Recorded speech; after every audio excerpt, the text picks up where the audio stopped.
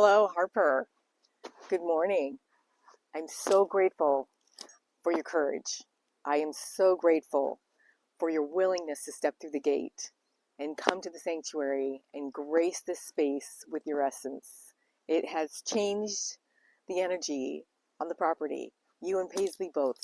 I'm so appreciative of that, and I look forward to seeing you next time.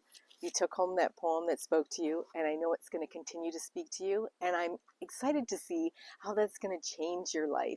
What will you do with that information? How will you see life differently? And when you come back, or you can leave a comment below on how this is evolving your life. As you go to study your runes and you study different religions, remember those are practices.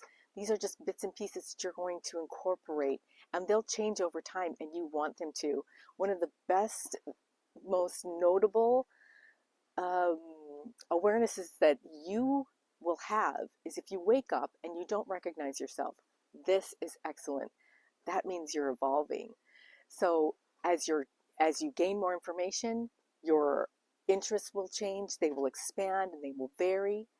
And so embrace everything, all of it, philosophy, religion, biology, neurology, anything that you can get your hands on. Just suck it up, take what works, and leave the rest on the shelf for later. It may come in handy sometime.